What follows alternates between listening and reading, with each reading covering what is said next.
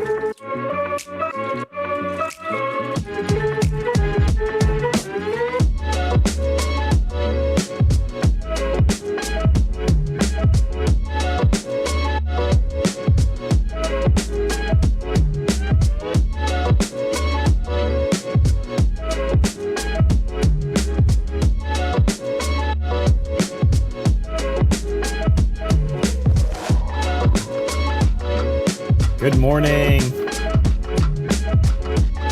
Yes, I'm back. Much as you guys tried to get rid of me.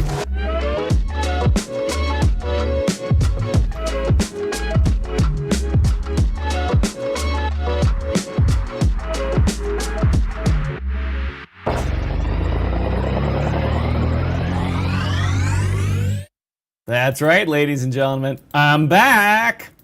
You can't take it now. You can't run. You can't hide. Striking is back.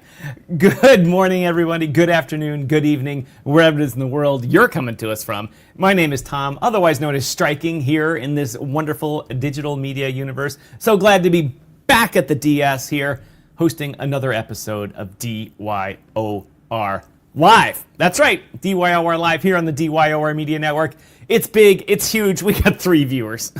Come on, guys, let's crank it up. Let's share this out. Let's let everyone know what is going on. Actually, we have 8 viewers now. My StreamYard is behind. We're doing the temporary studio today, and I'm waiting for Pedro to come. There's Pedro. Wait, Pedro. You got to reset the login now, don't I? First of all, you have no sound. Oh, no, it's on. And you blew the intro there, Pedro. Come on, man. I had it all planned out. Anyway, ladies and gentlemen, my co-host, Pedro Garcia. There we go. See, you're supposed to come over here in this one, Pedro. Ladies and gentlemen, Pedro Garcia, crypto chart analyst. What's happening, Pedro? Oh, I'm just going to remove him from the stage. I was about to do the whole entire Hulkamania. I wanna be American, fight for my rights, my countrymen. Anyways, okay. Everyone's cheering for it. What is up, my people? It is good to see. How you doing, Mr. Herlihy? Good. Pedro, in the thing here, the comments aren't. I've got it set up a different way. The comments aren't working. They're working using the regular system. Nice. The social stream. Let's see. Next Level Cash in the house. Next Level Cash. What's happening? What's happening there? Thanks for joining us. What do we need to do? Is the CTO government spending? Is CTO the grammar on that one? Even for social media was bad. But welcome, Next Level Cash. AI Alpha Wolf in the house. Don't forget to check out my favorite AI lady, Sol Bay. BAE, whatever, Sol Bay. Grab a bag. I know I did. The shilling starts right away at the beginning of the show, ladies and gentlemen. Man, next level. That's next level. Boy, my eyes are shot today. I spent 3 days in the coldest weather that I've. Now, let me rephrase that. It's not the coldest. We were skiing with some of my friends at 2 or 3 years ago, and it was minus 30. And that was one run and in to the bar. One run and into the bar. This was like minus 17 and negative 19. 30 degrees, dude. Yeah, it was brutal. And negative 30 approaches in centigrade and Fahrenheit. It starts and meets at minus 40. But I was with Striking Jr. We had a great 3 days. I haven't skied with him in a while. We went back to the scene where I broke my shoulder with him, and that run was closed, fortunately. So I didn't go back on that, but I was very happy to ski again. I grew up as a little mini ski racer guy and all that. And then once I had kids, skiing's an expensive sport, so you stop doing those things. But enjoyed going skiing with my son. He is now faster than me. He skis at light speed, but I have better technique, so I get him on the flats. Anyway, we had a good 3 days, froze my ass off, tried to tune in to the show as much as I could here and there. But I got to say, a couple of good shows, especially yesterday's show with Chris. I got to tell you, you guys put in 3 hours of nothing but good topics that if I could have the PAL AI back at it, it would parse those into a bunch of great segments to push out there. And I listened to that this morning, some good stuff. That Hold up. Net Bastard. That is an epic name. I don't know who this guy is. I don't know who you are, Net Bastard, but you're awesome. Just that name. I'm a bastard too, man. What's up? That name wins the internet today. Net Bastard. Thanks for joining us. Let us know how you found us, Net Bastard. I'd appreciate it. Striking, and my son now skis circles around me. That's funny, bud. That's Alpha Wolf. Yeah, we have PAL AI in the TG. But I've got to re-enable it since I blew up the TG last week or 2 weeks ago. Yeah. But the bot has been broken, and I've actually been working with PAL to fix it. And they asked me not just to create a new one because I broke the bot in a way it's never been broken. So they asked me not to delete it. How did you break it? I just kept feeding it YouTube links, and finally it puked on it, and it knows the content of we send it. But it won't list or let me edit the knowledge and remove old things. And it just reached a point where it said, no mas. Anyway, Net Bastard. Enough of me. That's what's up. I got to come up with there's a good sound effect in there for that. You bastard. That's funny. But anyway,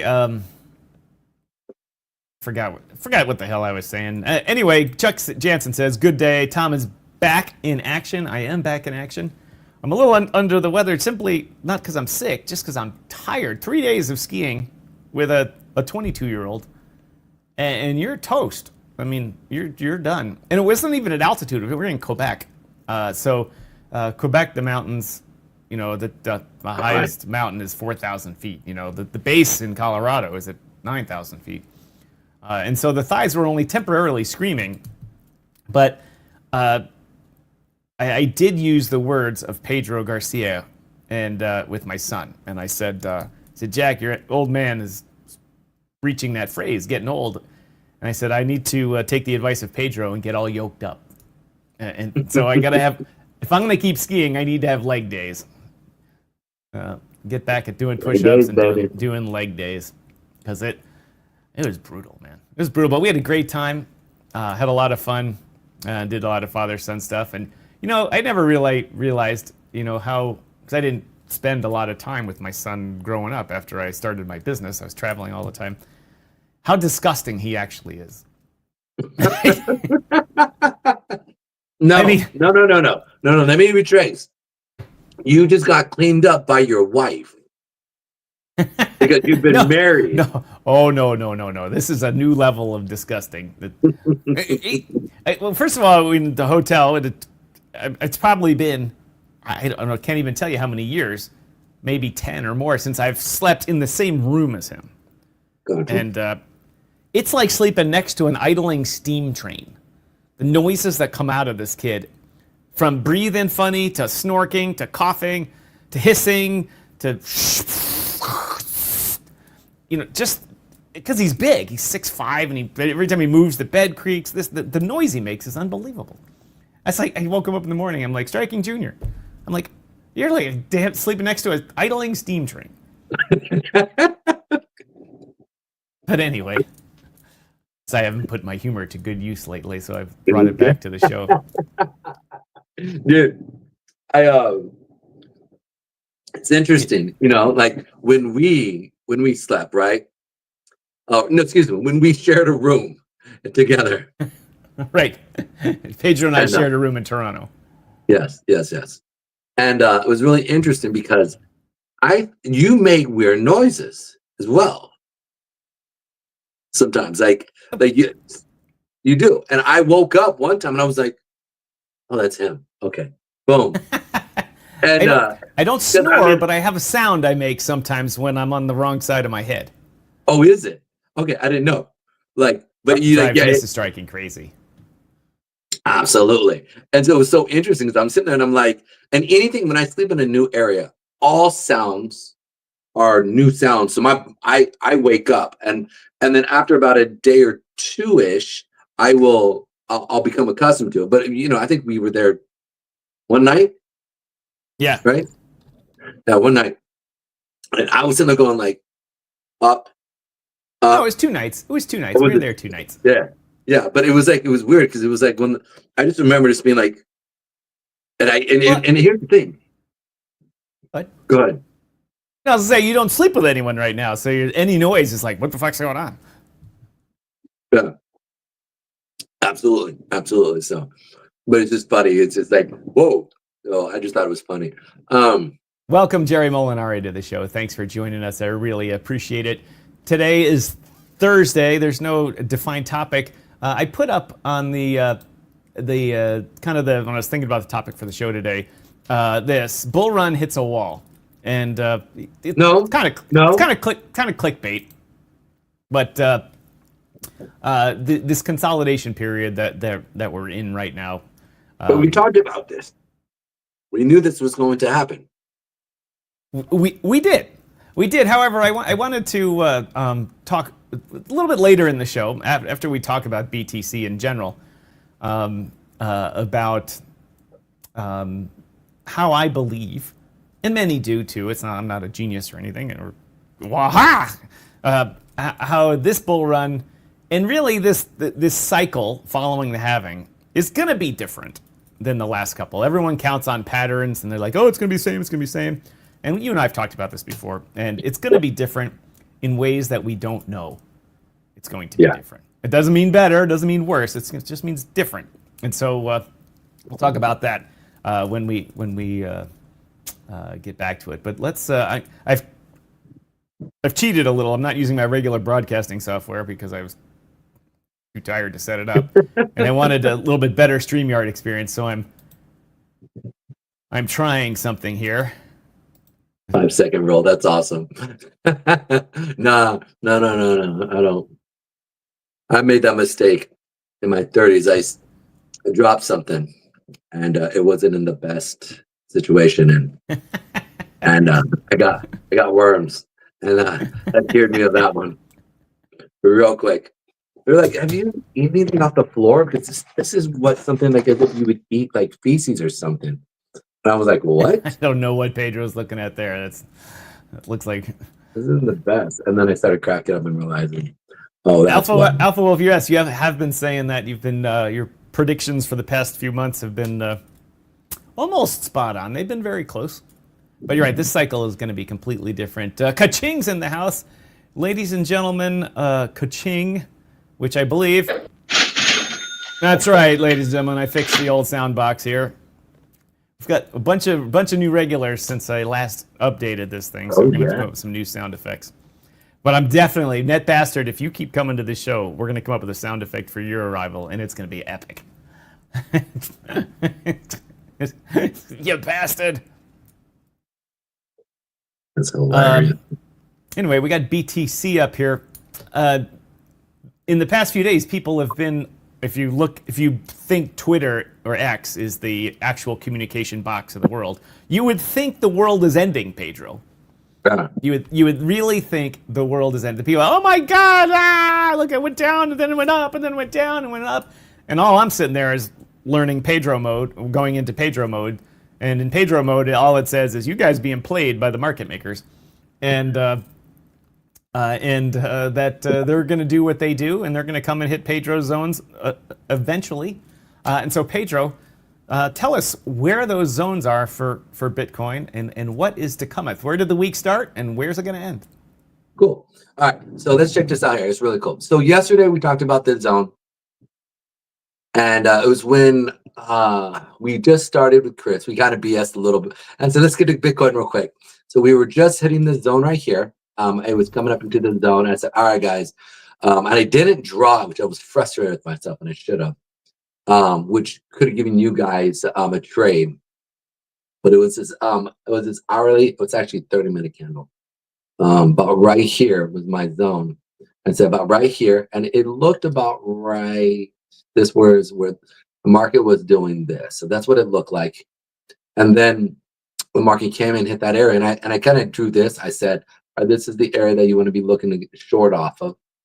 And the reason why I said that, and just because it's the same type of setup that we saw today, and we were sitting actually about right here because we were just putting in this red 5-minute candle, which was the 1245 candle, and I said, yeah, it's looking like it's going to go up to about this area right here, and then play off of that 100-day period moving average while we see a sell-off here. And so it was about right here. And it's exactly what we saw. We saw it come up into our show, saw the sell-off come in, and we saw it trade above it. And then we saw then basically this whole entire area here is where you had sellers coming in. And excuse me, I'm burping. Forgive me. And so then we saw the sell-off come in. I was just sneezing. That's why I'm off camera. Yeah, sorry about that. All right, so then the next day, right, we talked about came in. And my biggest thing I said is you want to play off that 4-hour 8 coming in. That's what we're trading off of. So it looks like we're hitting the 8. And I said expect to see it kind of see a sell-off as it comes back into that 8 area. So we saw the sell-off come in, tap the 8. Actually, we saw this sell-off. We hit this. It went in, touched the 8, and then we saw the sell-off come in, put a new lower low in, and then it came back up, tap the 8 here again, right? And then now we're seeing the sell-off continue. So where is it? Oh, sorry, last little bit. So that's this area here. We saw it push up. What's the primary thing that I would have brought up? They are not putting what in?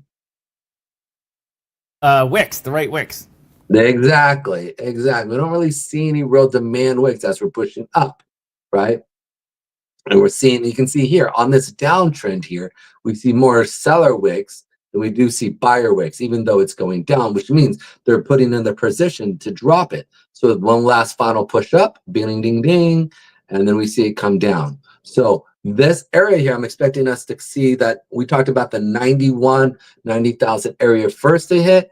And then after that, we'll see it push back up because there are buyers here, and then see it come back and sell off through the 88. And I want to also reiterate what I said at the end of December into January as a forecast for us to really understand what's happening in the market. If we were going to see the market go up at the end of the month, okay, we needed to see it drop at the beginning of the month. So I said there are a few scenarios that we could see. We could see it sell off, go up, then come down.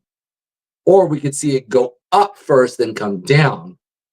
See it go down at the beginning of the month, then the first and second week. Okay? Then from there, we would see it consolidate a little. Then as Trump comes into office, then expect to see it push up. That's how I knew if we were going to do really, really good for into the end of the month. So this is how it's playing out, how we knew it was going to play out. And not to get freaked out, not to be like, oh no, the world is ending. Nah, bro. We knew what was going to happen. And that's why I drew in. And that's why I said, guys, if you go look at our show, I talked about these. That's why I had multiple areas that we could potentially see the market coming up into. One was right here, right? The other one I think was right here-ish. I had one right here. We blew through it. We blew through this one, which was this area. And then we hit this area to a T, which was the 4-hour zone. And then we saw it sell off. So, you know, small little areas here that we saw hit, and then we saw it sell off. So I want to make sure we understand that, because if you're going to risk, you want to risk a small amount to get a big move, right? Like a 10 to 1, 20 to 1, right? Risk 20 bucks, 30 bucks. If you can make 200, 300, great, right? As it continues down. So this trade already was I think we risked about $300 here, or 300 points on Bitcoin. And then from there, we got 92,000, so about 10,000, I believe, about 10,000 points. So risk 300 points to get 10,000 points. Not a bad, ratio, right? Like that's Next Level Cash says, so bullish in the long term, USDC to $10. That is so good. I love it. So if they keep that money printer going, that $1 is going to be worth $10, or the $10 is going to be worth $1, what it is today. So someday you might need a $10 stable coin. You know what's funny is I was talking with a friend of mine, and I said, we have a horrible job situation, right, compared to what we had like 10 years or 20 years ago. He goes, no, we don't. I go, because jobs reports were yesterday, unemployment. And I said that, and he goes, no, we don't. I go, yes, we do, bro. You don't know the numbers. I'm not going to say that. He goes, I know the numbers. He said that. I go, okay. How big was the population at the 2000s? Because I don't know. I go, how many jobs were there? He goes, I don't know. That's a great question. We actually have that data. And so like I pull up the information and he's like, oh my goodness. I go, yeah, bro. Yeah. And we have more population now. And he just said that he was like, wow. Oh wow, bro. I said, yeah, absolutely. And that's not even equating inflation. And so he's like today, like going through calculating what it would be. So I'll have hopefully the information here soon. But I just thought it was funny because dude, the inflation of the dollar and it being from like $1 to 1 to like $10 is very substantial.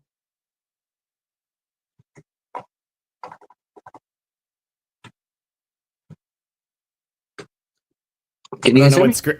Yeah, I know. I thought you were messing around with your computer. We're looking at I don't know what we're looking at here. Ah, there we go. All right, so this is what I was talking about. I just realized like I went off on a word tangent.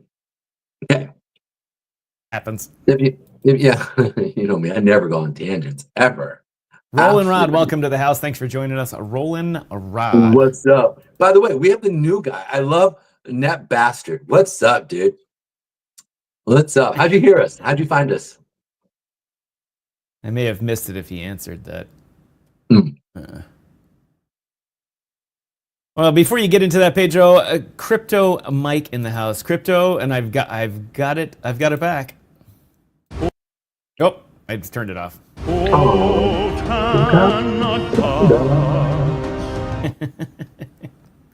I love it when I have the sound effects working. Go ahead, Pedro. How much money do I owe the Fed?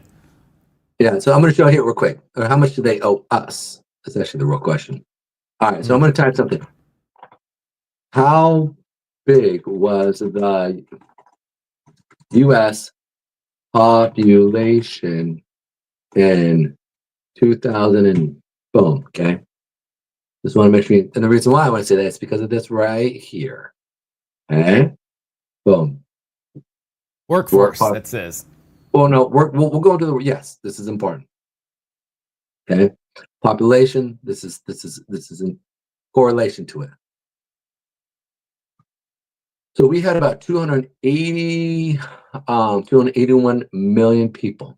Okay, so income, taxpayers. Boom. I want to make sure we understand this here. So population. Let's see, U.S. population. You have your income. Now imagine if they just simply said, and this actually used to have this. A while back ago, this right here was right here, which I thought was really, and they got rid of it because probably somebody. To be honest, I can't see what you're pointing at. Oh, this is U.S. population here. Okay. Okay. U.S. workforce now, U.S. workforce 2020. Okay. So you can see the workforce in 2020 was 162 million workforce, the amount of people, right? Jobs, how many people are working. The U.S. workforce now is 161 million. So basically, it's off about 400,000 jobs that we don't have. Okay. Now, you're like, well, for 20 years, you lost 400,000 jobs. Okay. But when you think about, we had 281 million people, 281.5 million people at this period in time versus the population today, which is 339 million. Our work job situation is drastically different. We have less jobs today than we had 2012, and 20 years have passed, and we have more population today. Now, what was the last 4 years? We were led to believe that was not true, Pedro. That's why I kept bringing this up, and nobody caught it. Like nobody was. I was like, "What is it that I'm not communicating correctly?" Like, but we were both working on that in our own minds separately, and you. I don't know what it was. I don't remember who brought it up first, but you had fleshed it out further than I had. I think I brought it up like it seems odd. For the amount of jobs we're creating, and you're like, well, I think now I remember. I said it seems odd for the amount of jobs they're creating that they still talk about recession. Like if they're creating jobs, it's almost impossible to have a recession because more money's coming in, everything's doing well. And you're like, yeah, but they keep revising them. And I was like, yeah, they can revise them a little bit. So what? And you're like, no, something's wrong here. And I'm like, no, they can't fudge that stuff. They can't. They got too many people checking on it. The government's not going to lie to you. Come on. How naive I was. It turns out the Biden administration was faking the job numbers for 4 years. And frankly, I think people should go to prison for that. It's like if you're the SEC or a company that reports to the SEC and you're reporting false information to the public, you go to jail. It's like, the chief financial officer said, yeah, we had $20 billion in revenue. Sure, no problem, no debt. And the stock goes up. I got it. Give me a second. Keep talking. I can hear you. And so, let's give Pedro his. But anyway, and so what the Biden administration did was they went against the rules the rest of us had to follow, and they just lied to us. They just out and out lied to us. They'd say, oh, we grew 20,000 jobs a month. And then they'd, behind the scenes, revise it, down a little bit. We only grew 10,000 jobs. And then if it was really bad, like during COVID, say, oh, we lost 40,000 jobs. But really, we lost 400,000. And over time, we actually lost 400,000 jobs when the Biden administration was saying that the economy's never been better. And Kamala Harris was saying, I'm going to fix everything. I was, well, he's saying the economy's never been better, and she's saying, I'm going to fix everything. They didn't have their message straight, and when the government lies to us, that's what happens. That's what happens. I can't believe they would lie to us. How about that number in the upper left corner of your screen there? I can't point to it because the system I'm using today, I'm behind the graphics instead of in front of it. $36 trillion in national debt. 36. The unfunded liability is, whatever it is, 200 trillion or something like that. That's amazing. That's amazing. Hold on, let's bring the studio back to life here. Pedro and I switched out the screens on the side of me with the tundra effects because I spent the past 3 days in the tundra. But I don't know how many of you guys watched yesterday's show. If you didn't watch yesterday's show with Pedro and Chris, and I knew this would be a good episode, and Wednesdays is a good day for it. It's not Technical Tuesday or Meme Coin Monday. It's kind of whatever Wednesday. And they can talk topics forever. They're both talkers, trust me. Chris has got a bazillion stories because he's got a couple of good, interesting career backgrounds. Oh, an ad. Isn't that great? And Pedro obviously is well-read and well-versed in the crypto world. And so they can talk. They can talk. Lots of good stories, everything from bad guys getting shot and turned into pink mist, as Chris likes to say, to Pedro talking about bonds and all that type of stuff. But it was a great episode. I suggest all of you set aside 3 hours of your life and to check it out. Let's see. NetBastards. I've had this alias from various message boards and forums for the last 20 years. And I saw your comment earlier about your son. Yeah, my son hits the golf ball farther than me now, and skis faster than me. Not that they were trying to ski fast, but my son's also 6'5". I'm 5'9", so there's a weight difference there. Next level cash. So if states add BTC to the reserves before the U.S. Gov does, that's a win, right? That was one of the interesting conversations that Pedro and Chris had yesterday. Pedro and Chris were talking. Hold on one second, Pedro. I'll bring you right back here. Not that one. This one. Pedro and Chris were talking about Bitcoin reserves, and Chris just came out and predicted that they're not going to get it done. Yeah. And I believe. On that note, I believe that the market had priced that in already. Because with what they were talking about adding to the strategic reserve, buying Bitcoin, billions and trillions of dollars worth, price of Bitcoin really didn't go up. Should have gone up to like 300,000 if they knew the U.S. government was going to come in and plunk down a bunch of money. And I believe the market priced in two scenarios. One, they would buy most of it OTC from people like Saylor and other big holders in Binance. They can make a deal with Binance and say, sell us half your Bitcoin at a decent price, and you'll have no more regulatory issues ever again. Bitcoin or Binance would be, here you go. And or everyone knows there's a low chance at actually getting that passed. And if you listen to yesterday's thing with Pedro and Chris, they talked about how the Bitcoin strategic reserve really plays to all of us crypto people. It's like, yeah, it's a great thing, but it's a nice to have for the Trump administration. It's nice to have, but we can trade talking about that for something we really need, like money for this project and that project. So Chris predicted that it would go down in flames. I wrote that down, so if it does go down in flames, we could say, Chris, you're a genius. But if they push it through, I can say, Chris, that was an idiotic guess. But anyway, it was really good. So if you hadn't, Pedro, what I was saying is for those of you that didn't watch yesterday's show, go back and watch it. It was a really good episode with lots of good information on it. But I'm just catching, before we head back to crypto, I'm just catching up on some comments here. Been investing in crypto for 3 years now, XRP, XLM, HBAR. Wow. And you're doing pretty well. You started in the bear market, and if you're a buy and holder, then you're up a lot. If you're a noob trader, I'm guessing you're down. But if you're a buy and hold, you've done pretty well over the past 3 years. Pedro, all last year, do you not understand the words that are coming out of my mouth? Yeah, when we were talking about the jobs report. That bastard says Biden will pardon himself. I don't think that's constitutional. I don't think that's constitutional, but 5 minutes before, or 5 hours before he his term is over, he could resign and Kamala would come in. Kamala, not Camilla. The Queen of England's going to come in. Kamala, it could pardon him. That's a scenario that could happen. On that note, Donald Trump still has some issues. He would like to have them all gone, but people won't let them be all gone. So Trump could be going in for a colonoscopy. 25th Amendment, the powers to J.D. Vance for 4 hours while he's under anesthesia. And during that time, J.D. Vance pardons Trump for anything. Boom. Trump comes out after getting a camera up his ass, and he's pardoned. How about that? I bet you $100 that works. Callie, you guys have missed the barking dog, haven't you?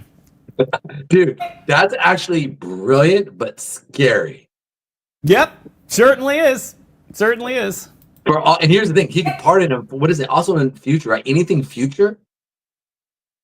Is that? No, you can't really do that. I mean, you could say anything related to, that individual. You can't get a blanket thing from doing whatever you want the rest of your life. You can walk down and shoot everyone you hate. Hey, fuck you. But it'd be like the purge. But that's a scenario. Mike says, does Canada have a list like this?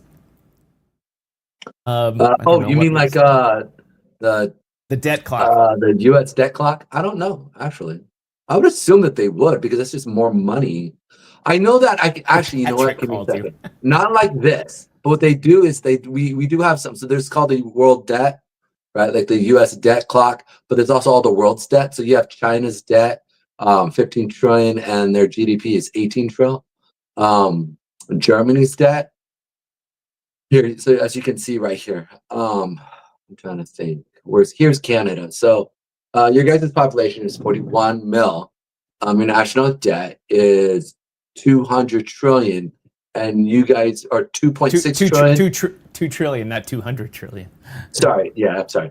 2.6 trillion, and then your GDP is 2.2 trillion. So you guys are negative, like America. So your wow, look at GDP, Japan's debt to GDP ratio. Holy beep. Yeah, 200. Public debt. This is public debt to GDP ratio. And then you also have external debt to like GDP ratio and how that all works out. And this is important. And this is the thing I brought up to you guys multiple times. We'll jump back here in a second. Okay. What you're in debt to versus you in debt to yourself, right? And this is why we talk about inflating the dollar and what that looks like. So when you consider what is the US actually, like when we think, oh no, we're in debt to China, right? We're in debt to all these countries. Our GDP that we make, right? These are the goods and services that we send out that the rest of the world buys. Okay, this is $29 trillion sitting right here. 29, almost ready to be about $30 trillion. Okay. That's what we make. What we actually owe, right? Like interest that we need to actually pay off. Okay, that's the US total interest that we paid is right here. We can't see your mouse, Pedro, just so you know. Oh shoot. Yeah, you can. I can see it right here. Yeah, when you move it around, but if you're just pointing at someone, it blends in with the background. Oh, I see what you're saying. Okay. So US total interest paid. You can see this is what we paid this year. Or actually overall, I guess overall. Right here. You can see this. In the past, how long? That's like 1 year of interest, right? No, this is everything all together. But this has been what we paid. But since when? Yeah, about 1 year. Yes. I'm sorry. Yes. Does it have on here the number of how much income tax is collected every year? Yes. Income tax is right there. Less. It's less than what we pay out in debt. So our taxes we take in don't even cover our debt. Well, this is important. Let me show you though. Let me give you a quick. It's really not that much though. U.S. trade deficit, 1.4. No, where is it at? U.S. debt held by foreign. There we go. Trade balance. What we actually owe other countries is right here. Okay, you can see this. U.S. debt held by foreign countries. It's $8.4 trillion. Okay, if we really wanted to, we could easily take part of that cash. And I also want to show this off because I think people actually understand how much we make. Trump, what he's trying to do is, and I think this is really important, from a taxation standpoint, how much money do we bring in? Okay, look at this. It's only $2.6 trillion. That's for the states. Above you is the federal. Oh yeah, I'm sorry. Yes. So altogether, thank you. I appreciate that. My eyes jumped for a second. So altogether, it's about $7 to $8 trillion from our taxpayers that we bring in. So the rest of it that we, as our GDP plays, right, and it's us selling this to the market, to the rest of the world. We make more money by getting people to buy our goods and services. We make a lot more money from it. Okay. Tom, can you do me a favor real quick? And I just want to make sure this is correct. Is the amount of taxes that we bring in included into the GDP? I don't think it is, actually. No. So GDP is just output of goods and services. Okay. So I thought so, but I just wanted to make sure I'm in the back of my mind, I'm like, wait. So I just want to make sure. So if this is purely the amount that we gain by selling our goods and services. What we bring in tax revenue is about $8 trillion here.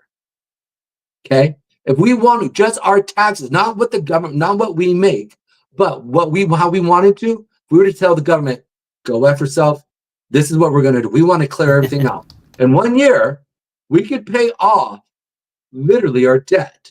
with the U.S. debt held by our debt to foreign foreigners. Debt to foreigners. This is important. So we're really not that bad.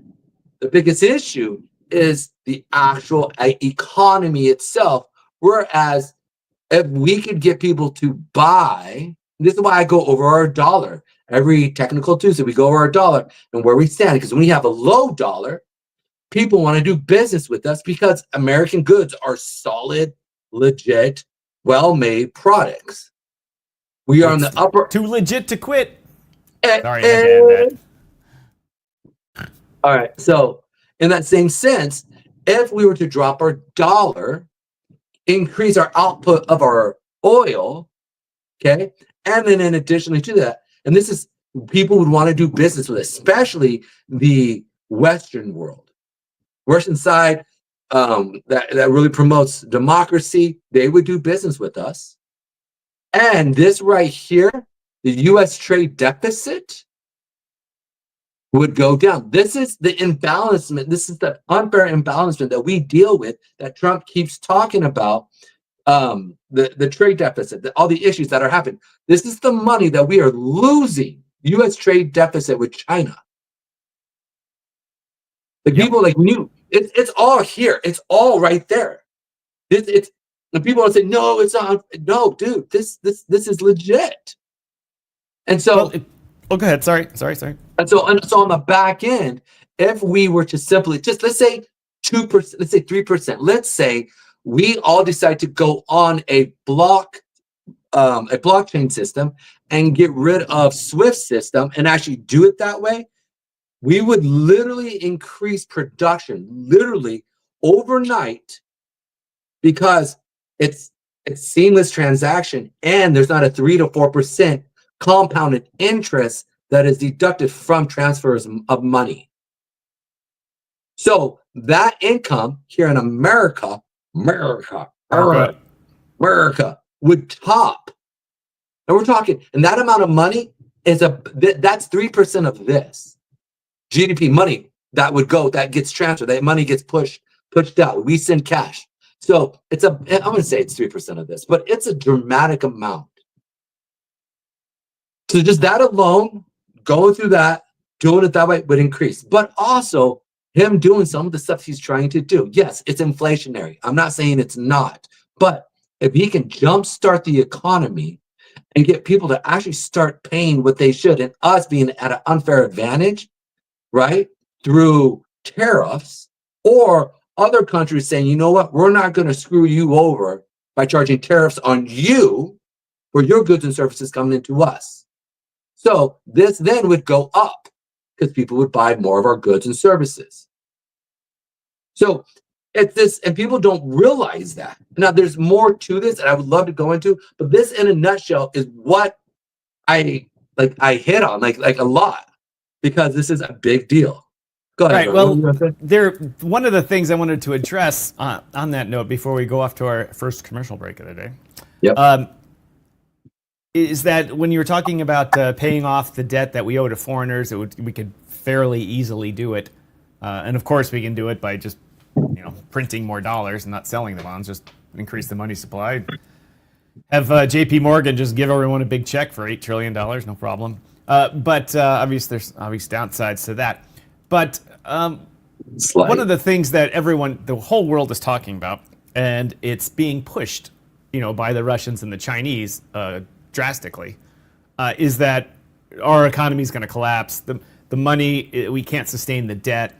We can't do that, all this type of stuff. I mean, most of the debt, as you say, we owe to ourselves or to our own home banks.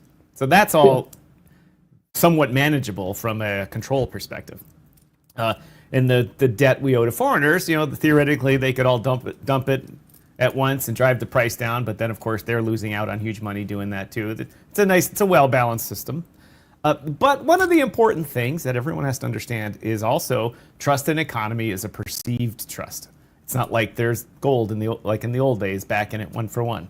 This is when you believe in the U.S. dollar, you're believing in the U.S. population supporting you and paying you your money that you have in dollars in various ways, and we protect that by pushing our will over the rest of the world, by having the strongest military in the world, by backing the oil industry. We will blow the crap out of you and torture your children and children's children. You try to mess with the oil industry, we'll come over and invade your country not once, but twice, maybe even thrice. And so we remain the hegemon that way. But that's a perceived trust by the people, and disinformation helps wreck that. And most people don't take the time to sit here on DYOR Media. In fact, I can see that a lot of you guys are rolling your eyes here again because we school you on. Let me rephrase that. Pedro schools you on this frequently. But there's a lot of new people here. No, wait, hold on. There's a lot of new people here, and you have to understand that all this stuff on this chart is what essentially backs the U.S. dollar. And whether things are going up or going down or too big there or too little here, that information is all here, and it's really an amazing thing. And we talk about it. I think it would be better if, like, on certain days we picked like individual topics. This is why this is important, because this chart is so much information. It could be a seventh level graduate course in economics and things like that. But anyway, all of it's important, and all of it is why the U.S. is where it is in the world. And in the disinformation you hear coming out of the Russians and the Chinese, pushing these narratives like, oh, it's going to collapse at any moment. I remember the leader of Kenya came out a couple years ago and said, you get rid of your dollars today, because the U.S.'s dollar could collapse at any minute, because that's what the Russians were telling him, and they were bribing. They happened to be, I don't know that they were bribing him, but all of a sudden he had a fat new joint that nobody knows how he paid for, and he was taking the Russians' views on things. Of course that didn't happen. It didn't happen. The U.S. dollar is very strong. In fact, it's only gotten stronger since then, because which is not a good thing. It's not a good thing for parts of our economy. That's for sure. It makes everything expensive for other people. And I have my life's in Canada. And other countries too, as well. Right. And half my life's in Canada, and so half my money's been devalued by a lot recently. Oh, why is someone calling me? I don't know if you guys can hear that or not, but the person calling me knows we're on the air too. Anyway, let's Pedro, why don't we take a 2-minute break here and move to our first commercial break of the day. And remember, since we're on StreamYard, I have to turn the mics off. So we'll check back in 2 minutes, ladies and gentlemen. Please put up with the ads. If you don't get ads, you are one of the lucky ones. Be right back.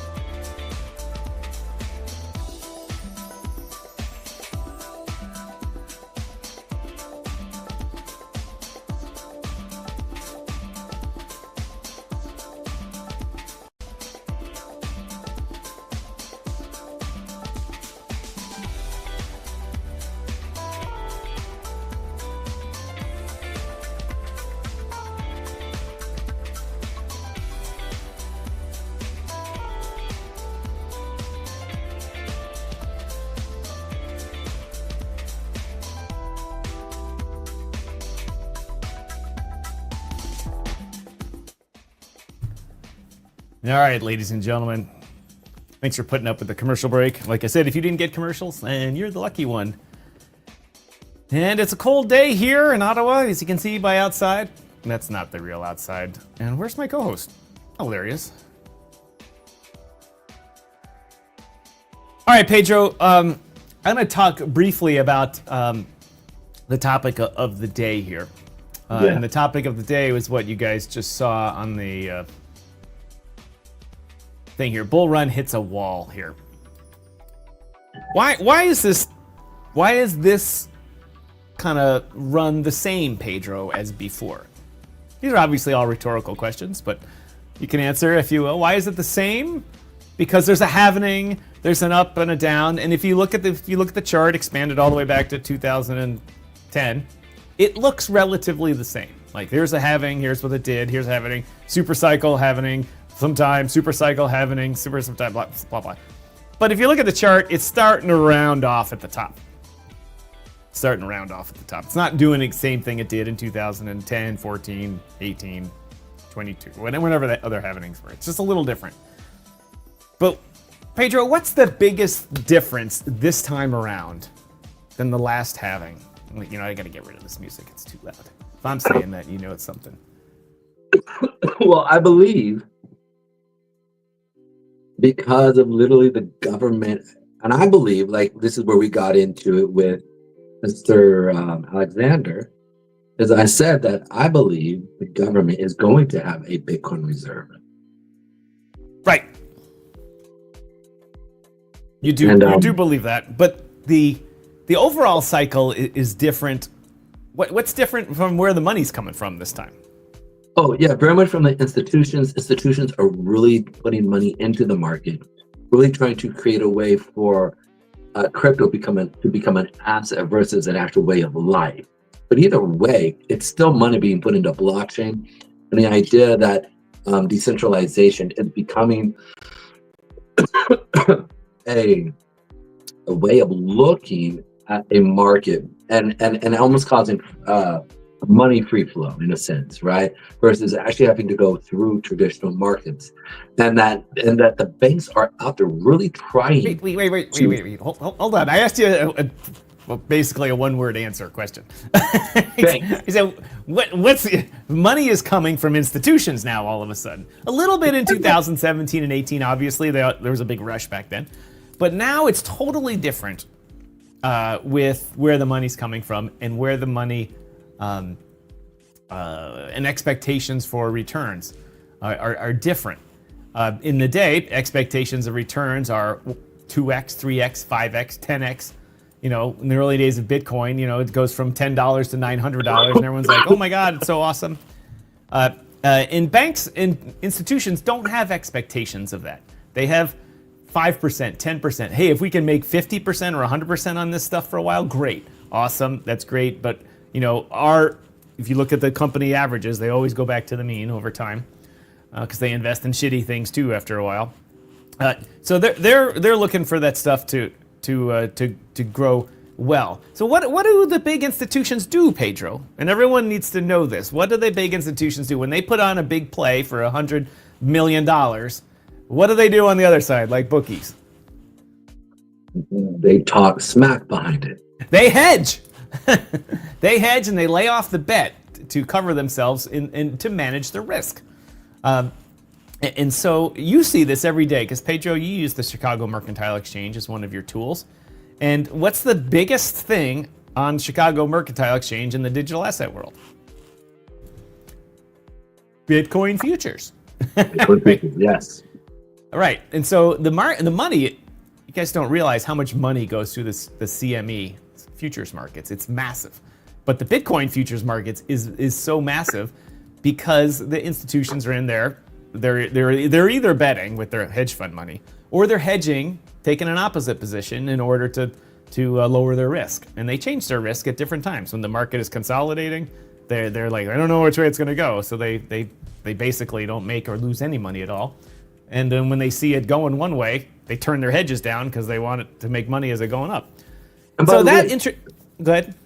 And by the way, those futures also have options, so you can buy Yeah, there's a derivative of the derivative.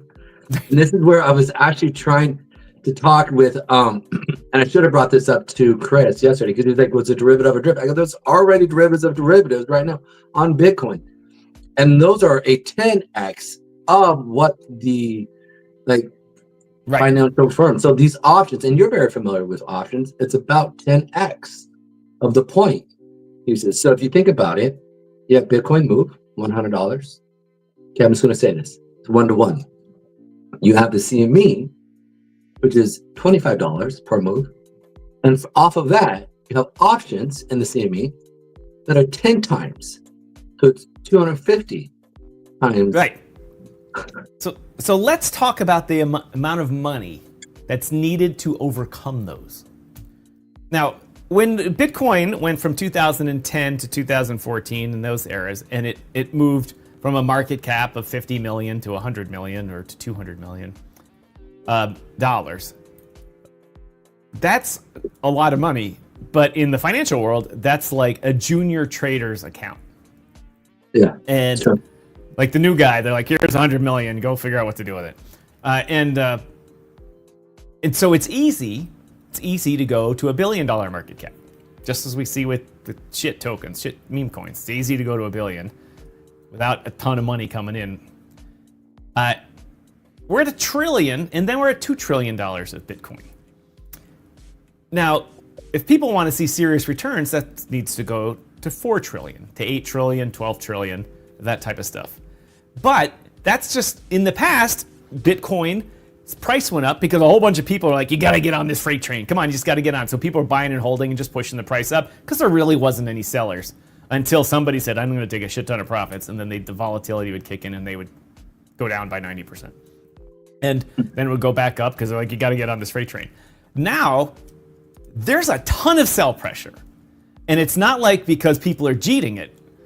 There's a ton of sell pressure because it's built into the system now in the futures markets and in the options. And overall in finance, that's generally a good thing. It's a good thing because everything's in a state of balance and all this type of stuff. And you're not just having a buy and go to the moon thing, and then when it crashes, everyone dies. The futures markets, actually in the options markets, make it less volatile, which is a good thing. But it can also have a stifling effect if there's a lot of options saying, everyone's saying, oh, this thing's going to go down. The futures markets can drag down the spot market too. Pedro's gone on over this ad nauseum about interest rates. The futures on the interest can dictate what the Fed ultimately does with the interest rates because they can't have a big spread for a while. So I'm telling you all this because the hype is that Bitcoin's going to $1 zillion, maybe in a long term. But the amount of money that needs to come in to take over and push the short sellers and the derivatives and all that out of the way has to be a lot. And when it does that, it's not going to moon this thing. It's going to go up 10%, 20%. It's going to go up. And this is obviously my opinion. There's all kinds of people, including Michael Thaler, are saying we're going to $13 million.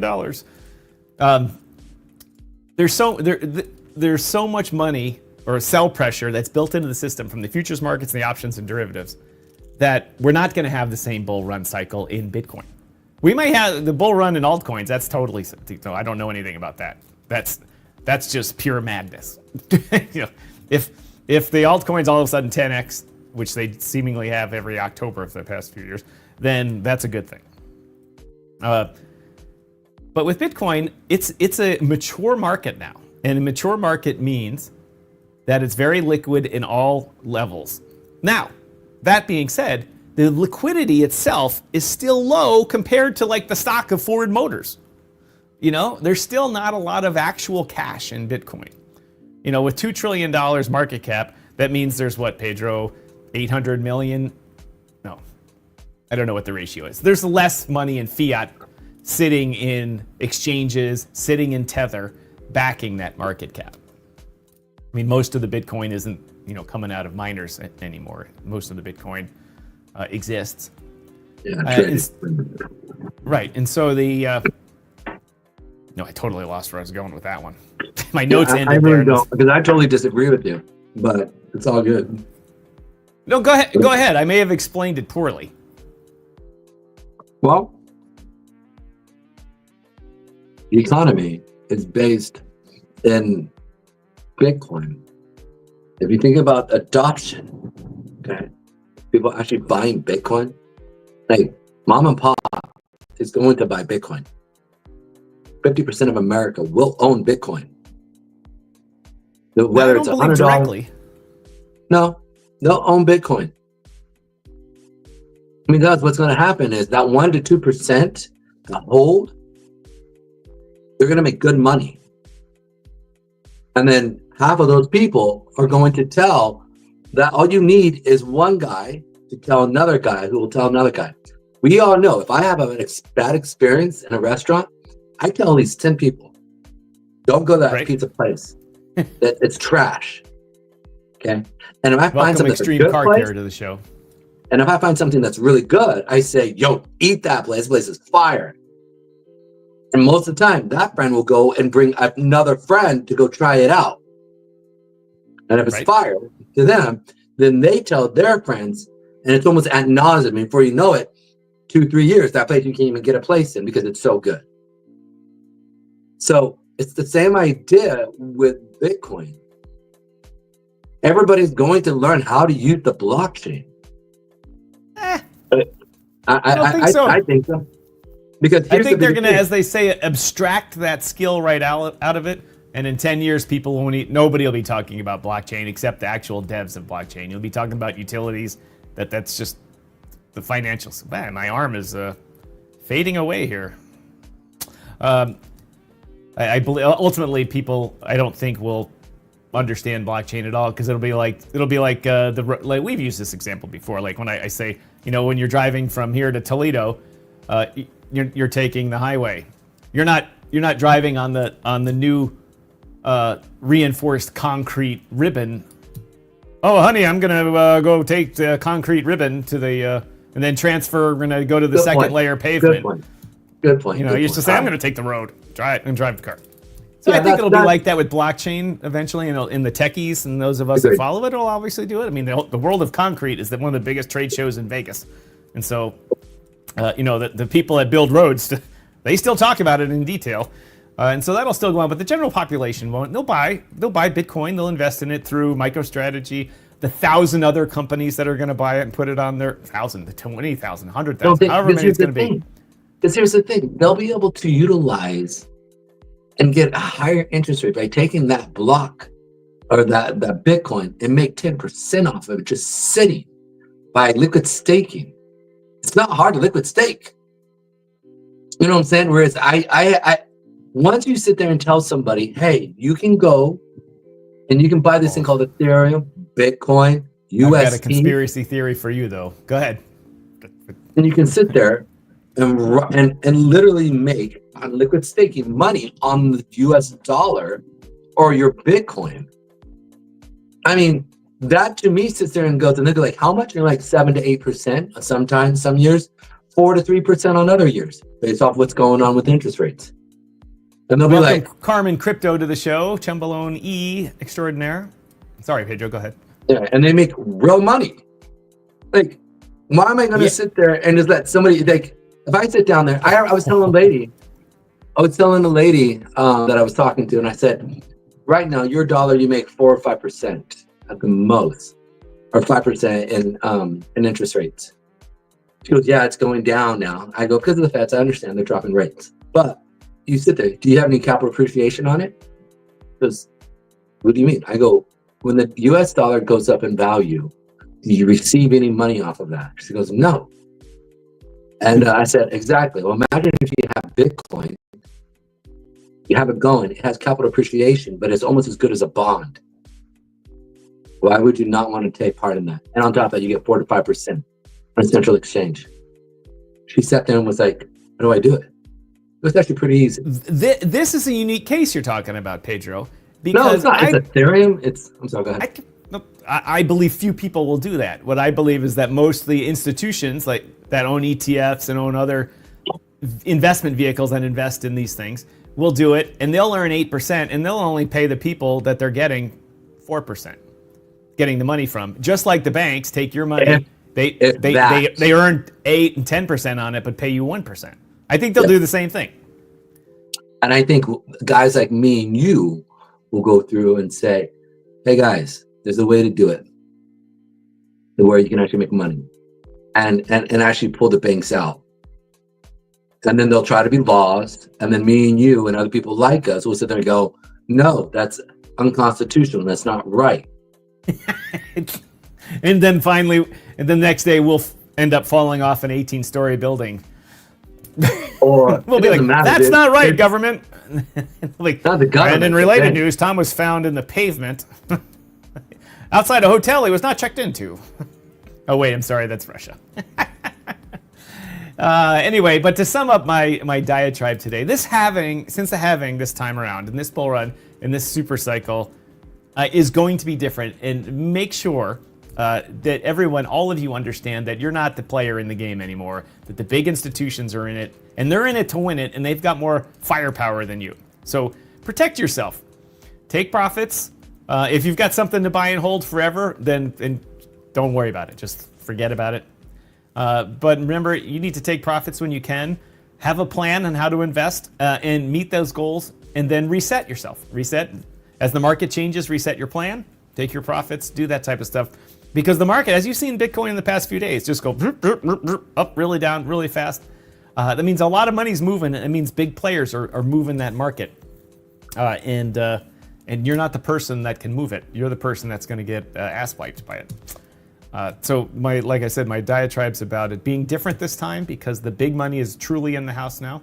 In fact, the big money owns most of the Bitcoin now. And so it's going to be different this time around. Pedro, let's address the crowd here real quickly before we talk more crypto projects. AI Alpha Wolf, his CTO program launched, and Walter, that's a strange chart you got there. But as he's communicated to me, remember that his project was a bunch of communities that came up that had their devs rugged or left with all their money, so they came together to launch a token and basically get their money back. And so that's that's going to happen. And Walter says that thing's going to be going crazy soon enough. As soon as they start bringing in new people and new community takeover projects. Let's see. What's the chart for CTO? Walter says. Do you want Pedro to show that chart? Let's see. Let me quickly go through these. Crypto Mike says Chuck is the only man ever to defeat a brick wall in a game of tennis. I used to play against a brick wall. When I was growing up, learned to play against a brick wall playing tennis. And AI Wolf says the bull run is starting hard Sunday night. Sunday night. Let me think if I can think through your theory here, Walter. And that is that when China opens, Asia opens on Sunday night, it's going to be a buying spree. You know, Pedro's giving me the grimace there, so I don't know, but you know, Walter, a couple of times you've given me the Asia open stuff. Sometimes it has gone crazy, which you can see, and sometimes it's just been up. And you know, to be honest though, I have been tracking it since you've told me about it, but I do not know the Chinese holiday schedule. And if I could jump in, I would sit there and say, if that happens, that's going to be right here. So okay, hold on, I got to get you back on the stage here. All right. It's going to be right here, Sunday night. So I expect the market, we went up Monday in my area. We have a big demand wick or supply wick for a weekly chart right now. We hit it, we came back down. If we close below last week's close or wick, and we close hard here, and we then go down Sunday night into Monday. You're talking USA time here, not Asia time, right? Yeah, well, no, yeah, sorry. Sunday night, our time here in America. See it go down into Monday, potentially Tuesday. I would expect Wednesday, Thursday, Friday, and Saturday to see this thing rally back up. Remember what I talked about? Okay.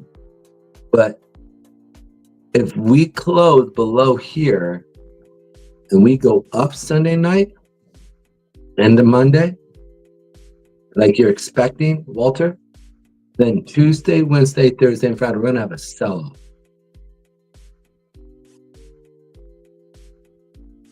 Remember, because that's how it works. So, and I know you've told me about that a lot, but one of the things that Walter was talking about a while ago, the AI Alpha Wolf, just call him by that name, I guess, make it easier for everyone else, is that in Asia, they have this thing where they go show up at work and just buy Bitcoin in the morning. Like, let's just buy it in the morning, and they sell it in the afternoon. And if they do that over time, and Bitcoin's appreciating, over time they make money. So that means for those two, that theory to work with yours, that they already have to own Bitcoin, that they didn't sell somewhere else, and they have to wake up in the morning, their morning, Monday morning, our Sunday evening, and sell it. And be like, I'm gonna start the week to sell my Bitcoin. Is that, I mean, I'm not saying that's a thing. I'm just saying for those two theories, I shouldn't say theories, those two concepts to both be true, they would have to own Bitcoin that they want to wake up and sell. Or just wake up and short the shit out of the market and drag the spot price down with it. All right, so if we're in, here's the key, we would have to break out of this zone here. Okay, so we're consolidating between 100 to 90,000 area, or 80,000 plus, right? And this is a range here, okay? Unless we are extending, okay, meaning we were extending in Bitcoin, extending, consolidate, extending. These are weekly, okay? Now this is secret sauce. I would not teach you guys normally this because this gets complicated. You need to understand a lot of nuances that I don't typically talk about this.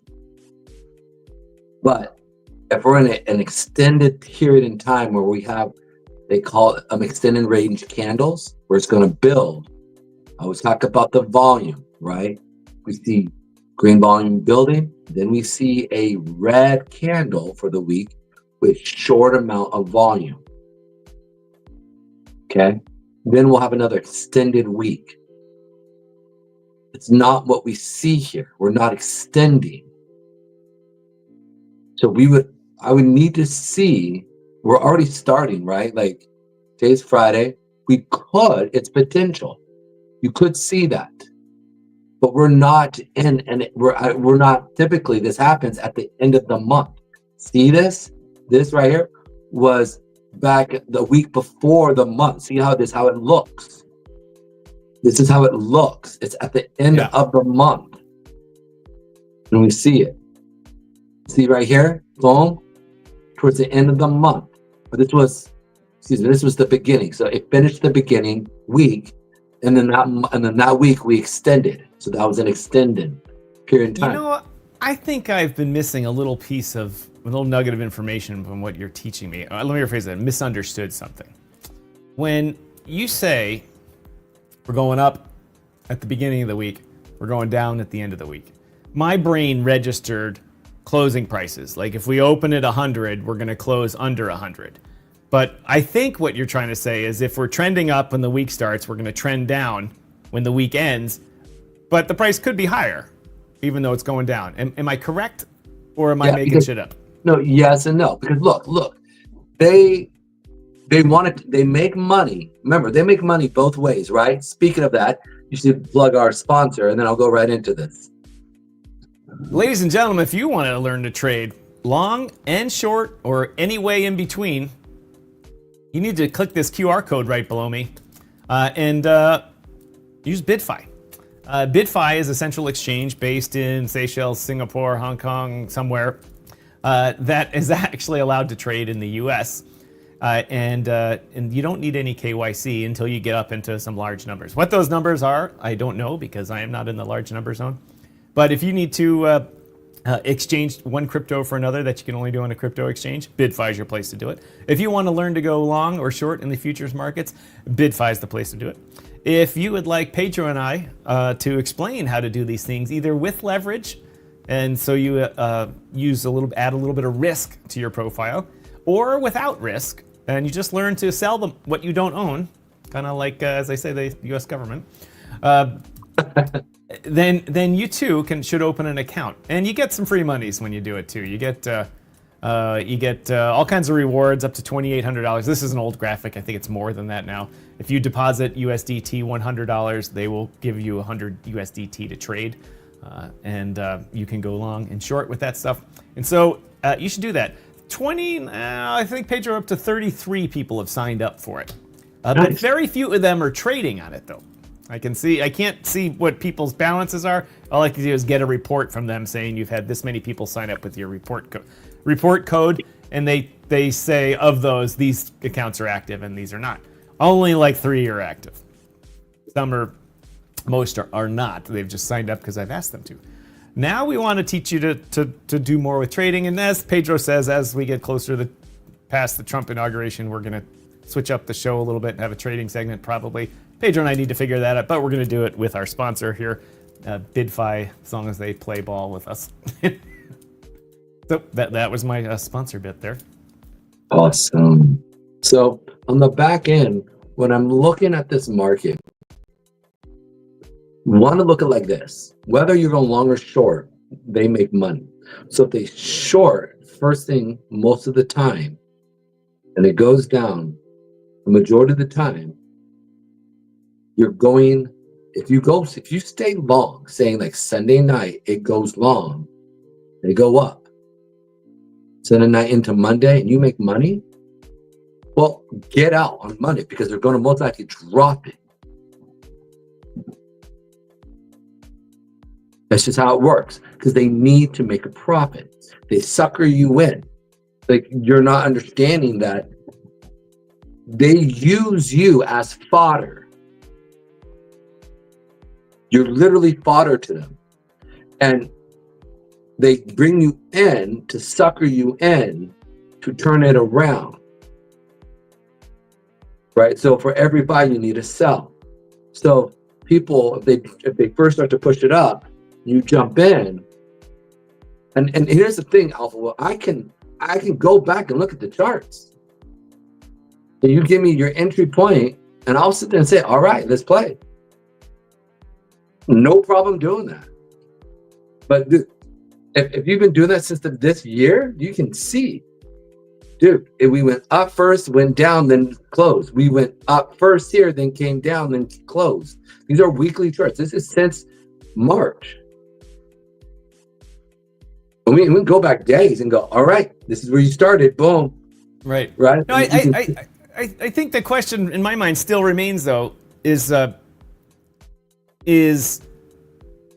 closing price. But that's what I'm trying to say is, look, okay, unless you here, right? Like unless you started November or December, January right here. Okay.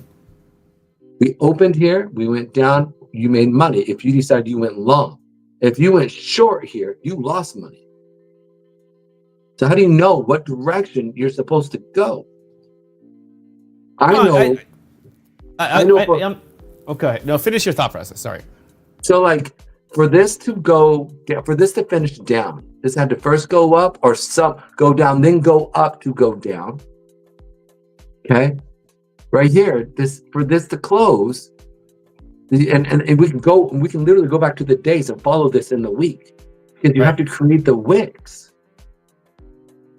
There's only maybe one or two candles here on the weekly charts that you did not see. You saw small wicks. Like, look, small wicks here, small wicks right here. Right. Everything else has wicks. This one right here, small wick, small wick. This one, this is like a day move, boom, right here. You have about 500 points here. So yeah, small wicks here, but big wick, fairly big wicks, small wick. To be clear for the viewer, we're looking at the weekly Bitcoin chart. Yeah, this isn't a daily, this is a weekly. And so this one here, medium size, is 1,000 points, boom, goes up, goes down, boom. These are big moves. I know. Unless you're willing to hold and lose a lot to make money, I'm not about that life. No, I'm not either. The funds are limited, and I don't have the depth. It's like playing craps. If you're going to bet $10, you need $100 and ready to lose. And I'm not that. But Pedro, I think you gave the really complicated, and I shouldn't say complicated, the really big picture to this simple question I was trying to ask. Is that when you say if we start the week up and we finish the week down, you're talking about just what I think is just you mean we're going to close lower at the end of the week.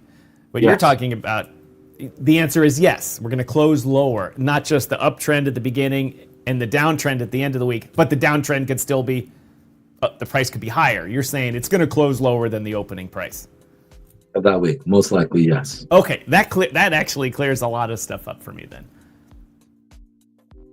For example, we opened here, we went up. Let's just pull this up here. Monday, March 24th. Monday, March 24th. Boom.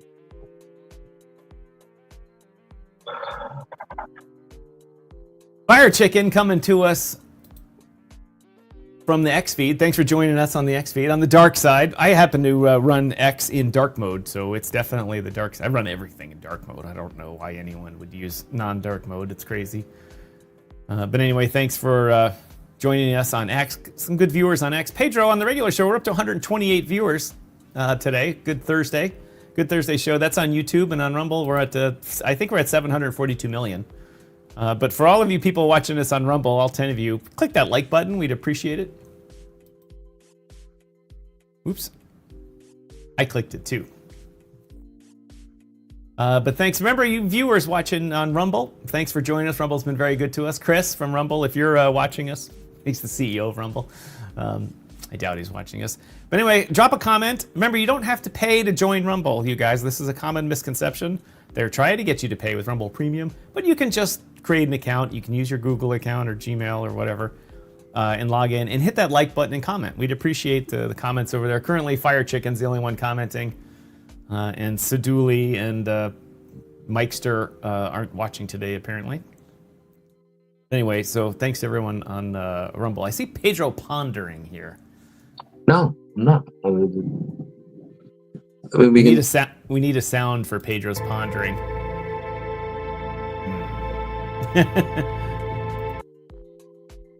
So this could work, I guess. I mean, I'm looking at this right now.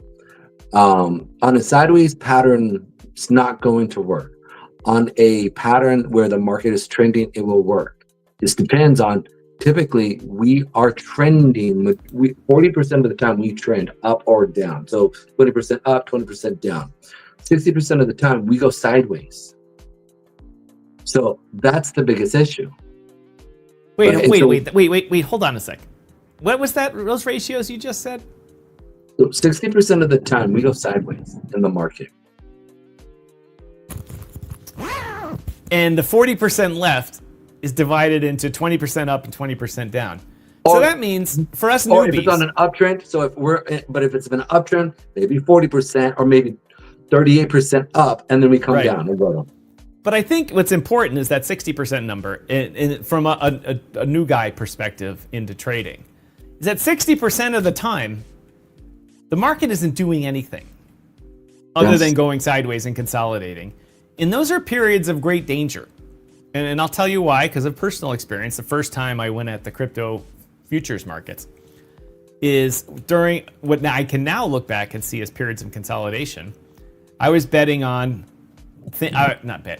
essentially back then I was betting because I had no skill and education in it. In the current Bitcoin futures markets, this was 3 or 4 years ago. I would lose money in consolidating markets, and I would lose money because of poor trading. And people get wiped out in that because they look at it and they say, "Oh, this is a similar pattern to this last time, and so it's definitely going to go up."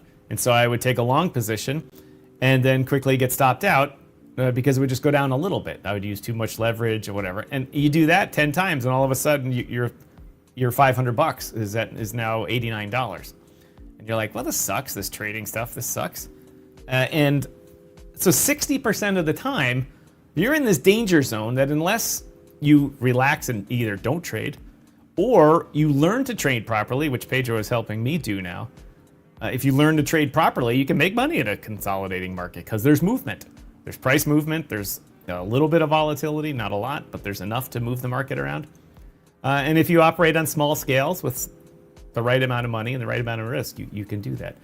But you got to watch out for these consolidating markets. And it's 60% of the time. If you're sitting there, like me, when you're not a full-time day trader, but you do trade daily, 60% of the time, the markets aren't going to do anything except not go up or not go down more than what's in the consolidation range. And so you need to learn all this stuff. I need to learn it better. I need to learn to recognize that better. So I've kind of pointed this out. Look, this is a lot more time. Like, look at this, like from here to here, consolidated. Yeah. From here to here, it expanded. Here, consolidate. Here, kind of, I was trying to gauge. Right? Each wick is each candle's a day here. It's a daily chart. Yeah, so each candle is a daily chart. But think about this. You had a good time period of basically October 16th to the end of October where we expanded. This was 23. And then from 23 November to December, we consolidated. Small wicks. Then we expanded. That expansion was December 1st to about December 1, 2, 3, 4, 5. Then again, we consolidated. Then we went sideways again, we kind of expanded a little, sideways again for 4 days. We expanded down a little, but how do you know we're expanding down? Once it breaks below the low here, you know it's expanding, coming down. We consolidate, we expand again, right there. So you can see 4 days, 1 day. 1, 2, 3, 4 days, expand, 2 days. Then we have almost 2 weeks here, and we expand for 1, 2, 3, 4 days. Then we consolidate. We're about to expand, but then it consolidates. 1, 2, 3, 4, 5, 6, 7, 8, 9, 10, 11, 12, 13. Then on the 14th day, we expand. 1, 2, 3. 1, 2, 3, 4, 5, 6. We expand. Boom. 1, 2, 3. This would be hard to trade unless you traded your trending mechanism correctly. Okay. So this is what I'm saying. And then so you have a decent amount, and then you consolidate. Then really all of this is one consolidation right here. It's all consolidating at the same area. This whole entire area right here is one consolidation. Right. If you pull the chart back far enough, yeah, I can see that. Then all of a sudden, we sent 9 you tricked me there. months. I see what you did. 9 months. And I said this. Remember, I had the big old yellow line here. Remember this? When I had this here for this? And I said, all right, guys. And this was back in March, May. I said, guys, remember I went on the Zach Humphreys thing when, what was that guy's name? Who rugged everybody? X-Toshi. Remember, I went on the thing and everybody said, we're going to the moon. This was in March. And I said, it was back here. The market had a huge expansion. We started putting in a lot of supply wicks on the lower time frames. And I said, guys, it's turning around. I put this up. I said, until Trump gets in office, and it looks like he's going to get office, we're going to stay in this zone. Remember, I put it up like this. And it looked like this. You can go back and you look at the shows. I said, I expect it to be about right here. And I said, this is where we're going to sit until the market decides what it wants to do. This is what it looked like. Remember? I had this plan, and I said, and so granted, you can trade these days, but this is one giant monthly consolidation. And you can trade those days. Yeah, and you made money. Now. Look at that. Right. You made money. I did. I showed you. We all made money because I said to you guys, all right, we're going to trade this from here to here. And they all have wicks. See, it goes up. Then, like, we open here. We go down first. We go up. Here's the body. It comes back down. They're taking profit. Then here, you can see it went up a little into the buyers up here, and it sold off. Then it came back, and then it ended here. Then the next month it opened here. It went down first. It took all these stops underneath here, took them, and then went up because it needed buyers and sellers. Then we came up here. There are sellers sitting here. It sells off. It took profit at the end of the month. Look right here. Then we open up. We gap into the supply wick.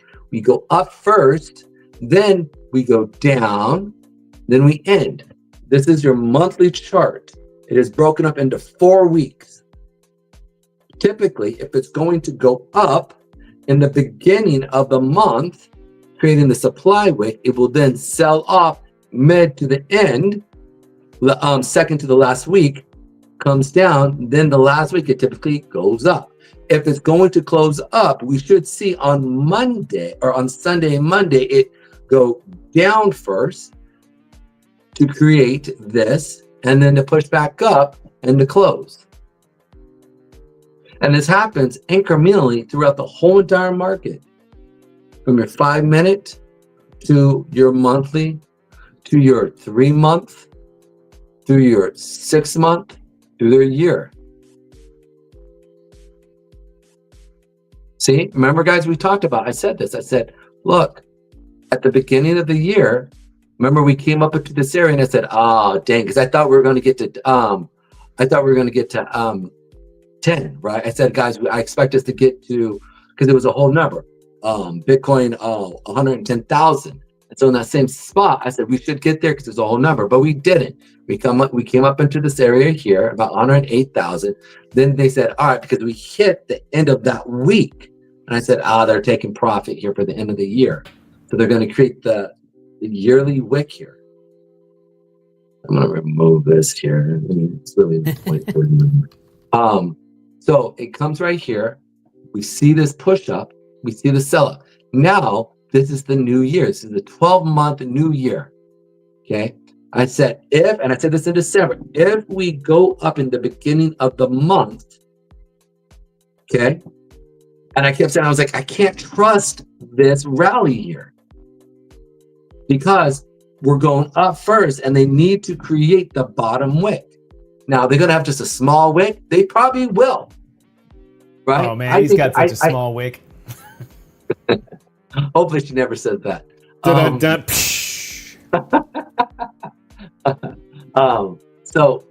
we lost a lot. Did we lose a lot of people? You guys still here? Catch you next time speaking in a space soon. So gotta run then. All right. Much love, Dr. J. Next level cash has to run also. Thank you. Yeah. Very much next level cash. And Dr. J, drop the space in the TG room. In the DYOR TG room, so I can come find you after the show's over, because we'll only be on another 15 minutes or so. So you can see right here, if we come up, we hit this area. That's why I had a few of these here, because if we were going to continue up, we want to first go up, then down. So this is an up, then down, then up. Okay, so that's the pattern. Okay, and so what they're doing is they're bringing you in to short against you so that they can make money shorting against you. Then they create the demand wick here. How far is this going to go? I've got a few places. I've got the 91,000. I've got it all the way down to the 88,000, and potentially, if you look at the year, so I'm looking at the yearly candle that they're going to put in, okay, at 82,000. Okay, now from here, they would find support, and then I'd expect them, I think we're going to go all the way up to 150 to 300,000 because of, I've done this, over the last few shows, some of the metrics of previous moves. Right. So that's what I expect to see here. So then I cut this down to 6 months. 6 months, 12 months still looks the same. 3 months still looks the same. 1 month still looks the same. All right. Now week is a little different, right? We go up first because now we want to consider how's the monthly wick or how's the monthly candle going to look. So we went down first a little last week, right? Then we went up, and I was excited. I said, "Ooh, it's going down a little. That's good." But then it put a small little candle in, or small little thing, and we went up. And I said, no, that's not good, right? And I said, okay, so if this is how they're going to play this, so they're going up, down, then up. So down, we might stay within the zone. I expect they'll probably go, this is the next week, we'll see it go probably up a little in the beginning, then down, right, and hit this area, potentially this area. I don't know, but these are areas that we could play off of while we're shorting. Then it goes up, right? And then from there, it'll create the wick. And again, or it could do the opposite of it. These are the wicks that I expect. It could do this right here. Next week, you see it go up, then down, then up. Because they need orders from you guys. Right, and then they close right here, and then we're off to the freaking races. Let's go.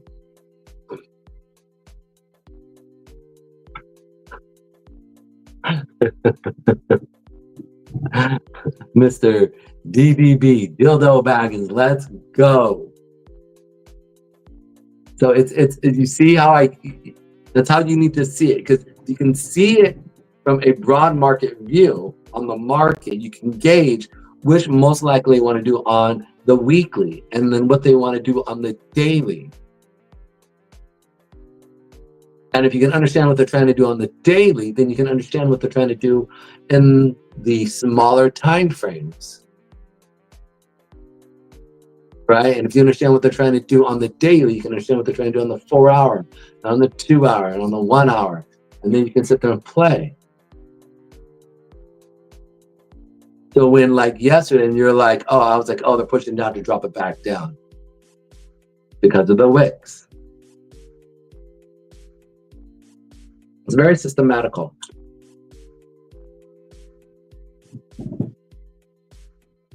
Tom, I can't hear you. I would agree with that completely. Completely. It's very there is a system to it, and it's one that I'm slowly becoming familiar with, thanks to the sage wisdom of the man in the box above my head.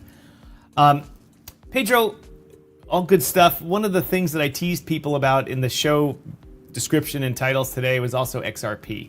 Yes. Why don't we bridge over to XRP and do a little talk about XRP here to drive the algorithm. I mean, to get some eyeballs. I mean, to make some money. I mean, to. Listen, we want a big community. I think a big community is good. And we've had a good one today. So far, we've had 150 people tune in to us on YouTube. So. I don't know what it is on. Can't tell on Rumble, but it's pretty significant. There's 13 people watching on Rumble right now. Thank you to everyone watching on Rumble. That's what I'm talking about. We really appreciate it. Rumble's been good to us, and we wish you guys could be good to us as viewers by liking our show. So like it, drop a comment, something like that. We'd really appreciate it. For those of you watching on Rumble, we thank you. But Pedro, XRP has seen their infinite money machine go berserk in the past month. They went from years of consolidation in the 50s and 60s, 30s, 40s, 50s, and to the point where I was just like, just sell it, dump it, get rid of it, they're done, it's over. And then they just absolutely pop, bang, bang, bang, everyone 5Xs, and profits are finally taken. Even amongst people that invested close to the all-time high in 2017, they had to hold, and they had to squeak out diamonds out of their, down there, be in the hold. Some of the people got in, so there's some exit liquidity at the top there, and they're not quite there, but a lot of people were able to take profits, or at least DCA to a point over the long consolidation period where they actually made money. They went a long time, and all of a sudden, it went nuts. And I thought it was going to come back and have at least a 50% pullback on there or more from people taking profits.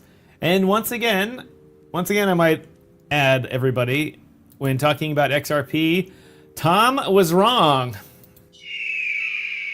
That's right. America, Tom was wrong. What's going on with XRP, Pedro? What do you see in the charts there? Okay, so we were just talking about consolidation, right, and how it looks like and what we're expecting. So we talked about don't buy it all the way up here. I said buy it down in here, which many of you guys did, so I'm really happy. Got a few things. So many of us waited for this area here and got a couple times to buy. I expected us to go lower. That's not problem, and I thought we are going to get going again. You can see we fizzled out on volume here. Okay, and in this area here, it's like not cool. But we do, every time we do see volume, we see volumes of spikes in of buyers though, which is a good sign. And then we see consolidate here, right? Consolidate. Here's the little mark right here, volume. You can see here. And I encourage everybody to do this. This is actually a good exercise as a trader.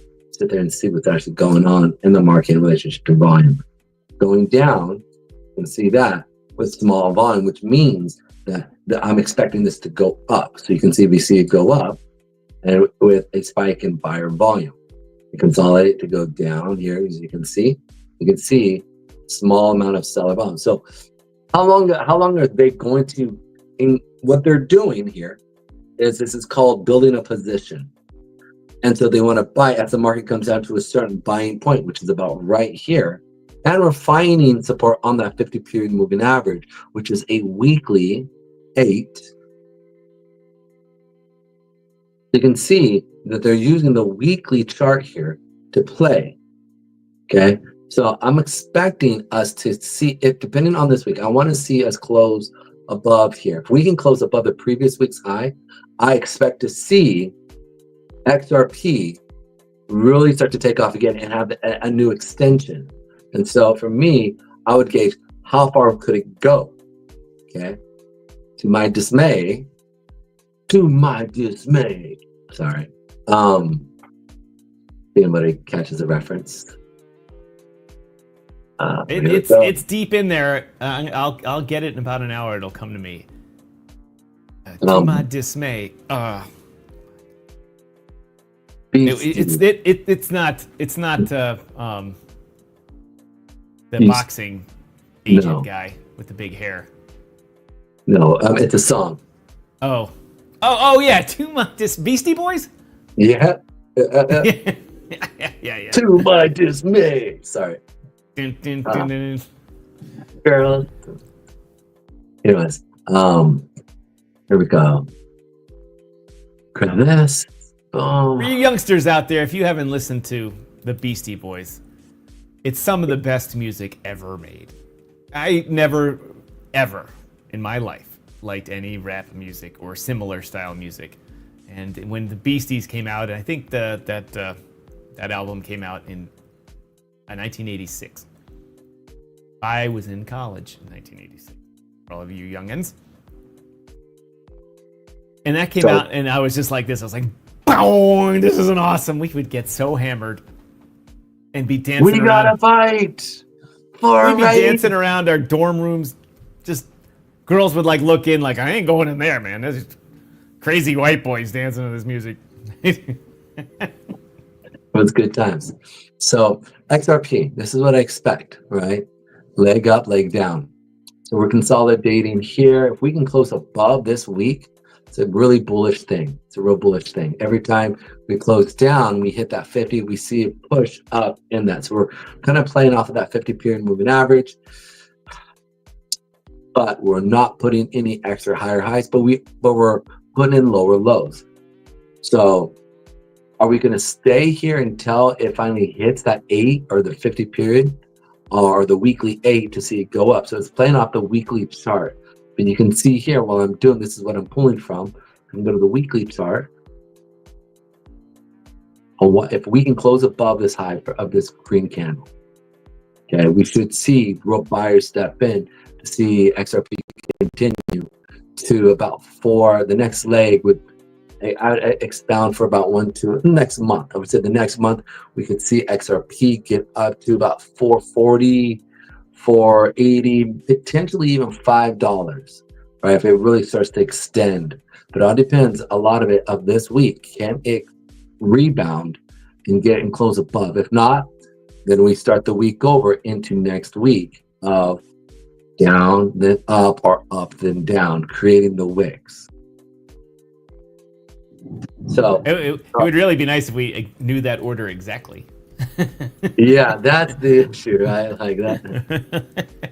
But I mean, the fact that you saw the picture with XRP and Trump this week showed some pretty good key art for them. So depends. It all depends on what they want to do. I got to tell you, as much as I badmouth the Ripple Corporation, I got to tell you, they play 3D chess. That's what they do. They bet. They when during the election, we all saw Brad Garlinghouse runs Ripple, and the old guy that used to run it, and the co-founder, Steve Carlson or Steve, whatever his name is, he donated heavily to the Harris campaign, big money. And Garlinghouse was like, well, he's the former founder, he can do whatever he wants with his money. But that was a play. They got together and said, you do this off the books, and then we can play both sides of this.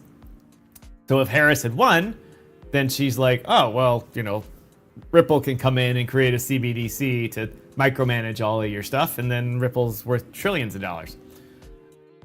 Trump wins. They were donating, Brad and his crew were donating to the Trump campaign. So all of a sudden, he's having dinner with Trump. Yeah. So, really? You know what? It's good to have a lot of money. It's good to have a lot of money because you can influence even the president of the United States. It is good to be king. It's good to be king. It's not Simba. I'm coming to the conclusion it's good to be king unless you're the king of England. I mean, it's good personally. Your life is pretty cush. It's like shit doesn't get much better. But they've taken the constitutional monarchy thing too far. He doesn't get to do anything. Like we've seen the business in England going on in England right now with the social media laws and stuff like that. That's when the king needs to come in with the big broadsword and say, off with your head. In other words, stop it. And say, this isn't right. That's not right. That's not why we do it. Anyway, that's another side trade. XRP is, I wrote this down here, Pedro, to follow Pedro's XRP weekly prediction. When is the week close on your charts? On Sunday night? Saturday morning. Saturday morning. Sorry, Saturday evening. Saturday evening, the weekly close. So on Saturday evening, if XRP weekly close is above last week's high or last week's close? Last week high. Then we are possibly seeing a rip on XRP. Yeah. We want to see it get above. This is XRP USD. With Draw the line. Good volume. We want to see it get above 250. 250850. By this time tomorrow, how many of you are out there are actually listening to us? This is a really good conversation, and you should be listening to us because we are going to play the old. On Monday, we're going to report back here and see what's going on with that. Obviously, we're not making predictions. We're just saying, well, if it gets if this above happens, that could happen. If it gets above it, expect it to go down into Sunday night, Monday morning, Tuesday. Create the bottom wick. It will probably come down to 29.80 around this area here. Okay, so we want to close above here. Then the next week we want to see it. Just draw the line. We want to see the next week. We want to see it close above here. Okay, come down. Actually, it needs to be like this.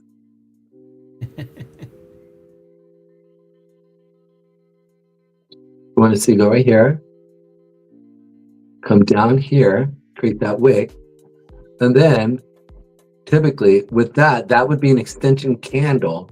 We should see at least play to here. Okay, where we would then see this right here, and potentially, actually, let me phrase that. I gotta rewrite that. Be about right. Look at this. Pedro's just erasing your money, right? Just like that. Your money gone. Right I here, see what you're doing. it would be about right here. This is what I'm looking at, okay? Where we could see it, right? If it closes above here. So this needs to go from here to here, where this would then turn green. We'll see this right here, and this is what we want to see for this candle.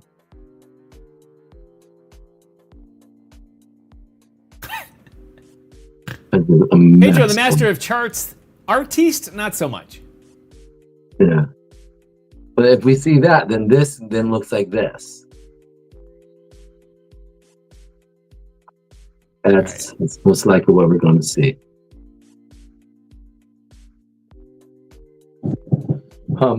Yeah, that's it. That's what we want to see. There's going to be resistance right here for you guys, though. If it comes up into this level, there's going to be resistance. This is establishing order. This is orders being kind of laid out so that you can sit there and see what's actually happening. And then it should go up. So that's what I'm perceiving. All right, I screen captured that. Even though it's available on the recording anyway, I screen captured that so we can easily go back and look at this on Monday and see how it works out. Because I'm interested in it as I learn these things. And some of these topics, for some reason, have been taking me longer to fully grasp when I should get them relatively instantly. And the reason is because I do other things. And if I were to sit down and study this and do this day in, day out, I would remember these things and understand them quickly. Since I'm busy doing all sorts of other things for Mrs. Striking and Miss Striking is awesome. She's amazing. I'll just nod my head yes on that. How many of you are still out there, ladies and gentlemen? Give us a comment. There's a bunch of you watching. I can see that. And if she has any really hot friends who like chubby Mexicans, who's getting in shape? What's up? Anyways, this is being a good fun. You know what? She had one really we'll just say hot cousin, and she was single for about 8 seconds, and I had like one or two guys, and I'm like, ooh, this would be a good thing. She was single for 8 seconds, and then met the guy. She married him within, I don't know, a very short amount of time. Now has a couple of kids. Life had moved on for her. I didn't even get a chance to try and insert any friends into that equation. Nothing. Yeah, it was funny. It's, the girl that I'm in love with, right? She literally is single typically for about maybe 2 or 3 days, and then some dude comes into her DMs. It is amazing how quick. Like for me, if I've seen a girl and she just got a relationship, I typically stay away for a while. She needs to grow and heal and deal with her junk. But most women I see who are attractive very rarely stay single for a long period of time until they need a dopamine hit from that cortisol. Not cortisol, but oxytocin, kind of how it works. So it is funny like that. Well, she's smoking them though. There's two things that give you a lot of options. One is a body that makes potential partners' eyes melt. And I'm not saying one type or another because everyone likes something different. And money, and it's amazing how those things go in relationships. Like you're like, man, that dude is one dorky looking dude. Whoa, look at his wife. Wow. Oh, he's rich. Or really smart. Potentially making a lot of money. Yeah, not so much. I get that. That was hilarious. That's funny. What's going on, you chumbalones in the comments here? You guys are really quiet all of a sudden here. Let us know you're still here. Pedro and I have gone on a half hour longer than normal, but it's been a good show. It's been fun times. Wow, dude, 150 people? That's dope. Yeah. Let's Dar go. Baby, I forgot to acknowledge you earlier. Dar Baby, thanks for joining us. Dar Really appreciate it. Baby. Life Yeah, advice from Pedro, yeah. Thursdays at 2:30. Yes. Come back next Thursday at 2:30 and you'll get another relationship. Do not take advice from me. From The only Pedro. advice I would tell you that I give you is seek Jesus. He's got all the answers. For real. I mean, I jokingly say that, but I'm serious. Bruh. I like having this back. I forgot to do the twinkle for Carmen. There you go. We'll just hit it with this one too. The price is wrong, bitch. Oh, that's hilarious. Dude, you know what blew me away? Kanye West. It's because, he came out right off the jump, right? And was Kanye supporting West. Trump and all that stuff. He's coming back, dude. And, all the people who tried to, cancel him and stuff like that, they're all just going dumb. He's getting, deals again. And I just was cracking up because I was like, that man loves King Jesus. He's still all I could about not remember it. his name. Could not. The other day I was trying to think of the other super famous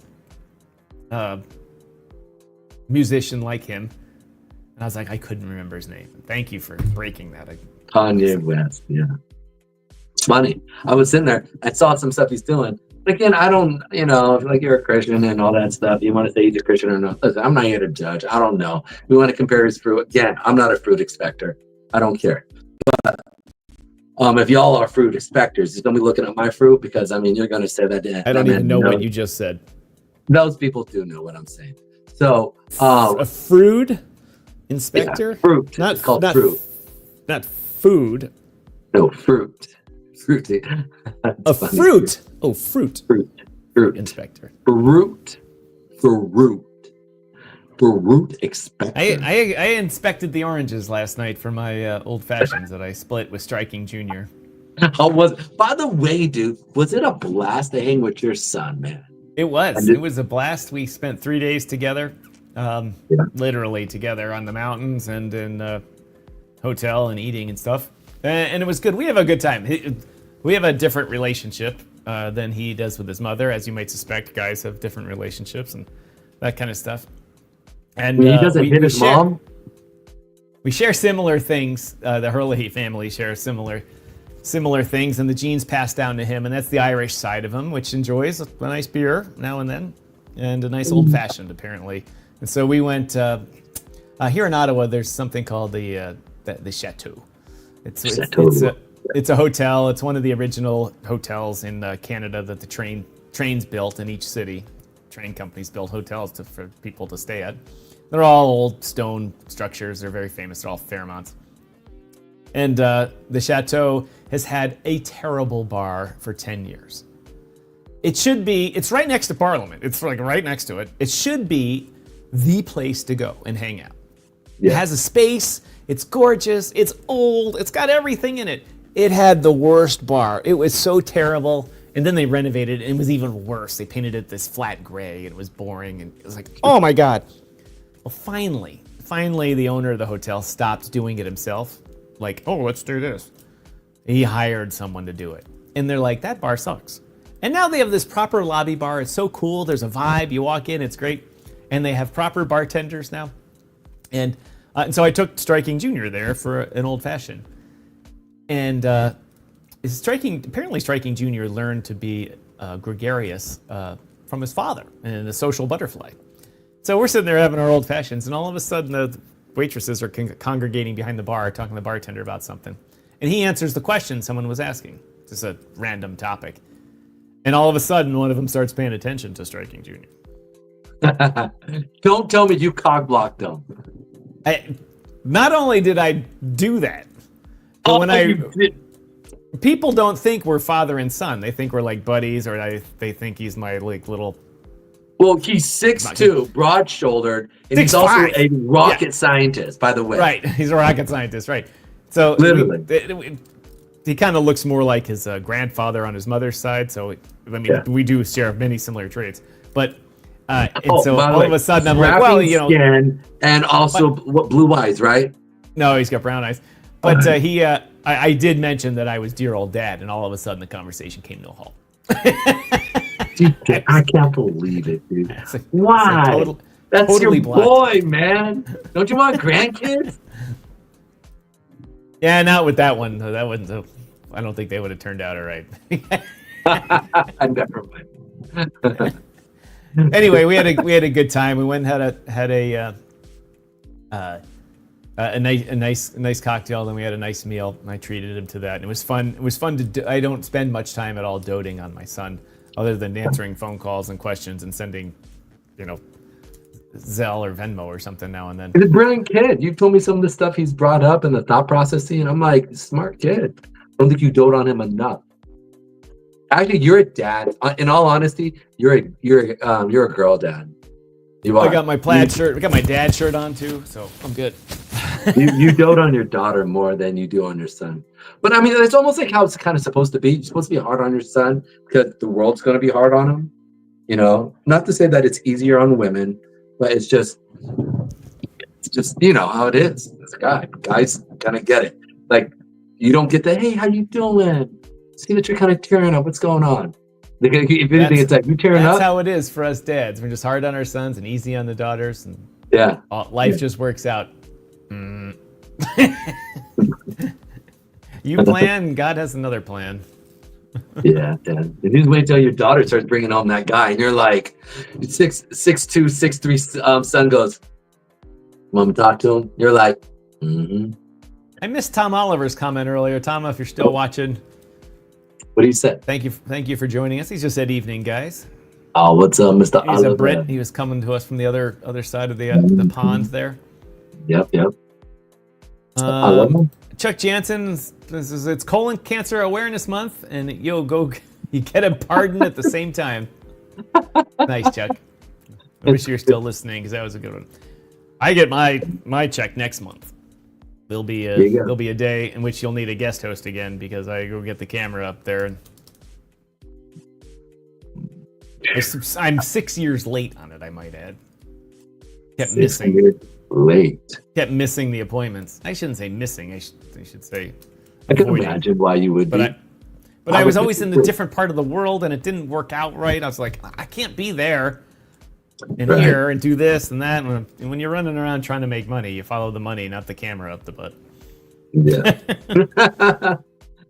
All right, dude. AI Alpha Wolf's comment just quickly. That's what she keeps telling me, that I got a small wick. We'll end with that, ladies and gentlemen. Oh, that's good. Let's go out in style here with the. I don't know where all my things are here with my. Odessa just kicked in for some reason. That was really nice. Alexa, stop. Oh, ladies and gentlemen, that's the sound. I don't know if you can hear that, Pedro. Can you? Yeah, you should be able to hear the sound effects. Ladies and gentlemen, we've had a good day here. I want to thank... Oh, God, that's way too loud.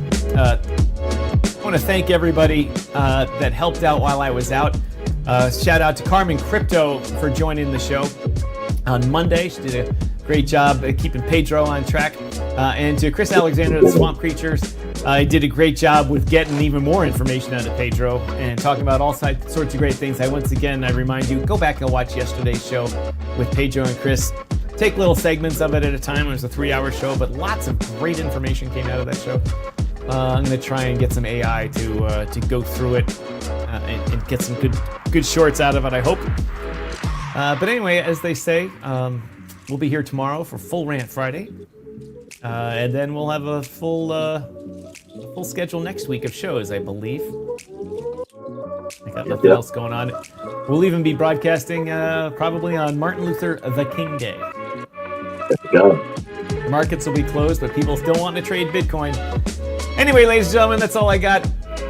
As they say, my name is Tom, otherwise known as Striking, here in the digital media world. On behalf of the man in the box, Pedro Garcia, have a great day. We'll see you tomorrow on Full Rant Friday or next Monday.